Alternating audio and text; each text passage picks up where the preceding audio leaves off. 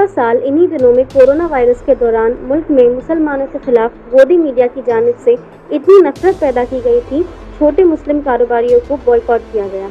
इसी दौरान जी न्यूज़ की जानिब से अब कोरोना की मौत मरेगा पाकिस्तान जैसे प्रोग्राम्स चलाए गए थे।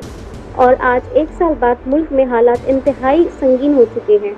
हॉस्पिटल्स में बेड्स नहीं हैं, ऑक्सीजन का कोई ठिकाना नहीं है, शमशान घाट में जगह नहीं है, जलाने लकड़ियां नहीं। पाकिस्तान के लोग अब क्या कर रहे? पाकिस्तान के लोग इंडिया के साथ खड़े हैं, ट्विटर पर ट्रेंड चला रहे हैं। पाकिस्तानी लोगों ने ये नहीं कहा कि कोरोना की मौत मरेगा भारत, वो आज हमारे गम में बराबर के शरीक है।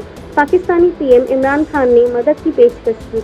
सऊदी अरेबिया से 80 मेट्रिक टन ऑक्सीजन आ रहा है, वो भी एक मुसलमान मुल्क है। ये नफरत फैलाने वाले अब भी ये कहेंगे कि ये ऑक्सीजन जिहाद है, ये ऑक्सीजन मत लीजिए, या ये लोग कहेंगे कि इस ऑक्सीजन से जान मत बचाइए।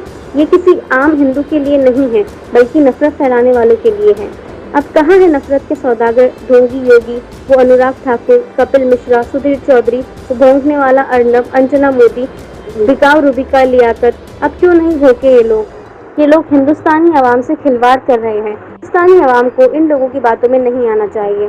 ब्यूरो रिपोर्ट, तबसरा पॉइंट।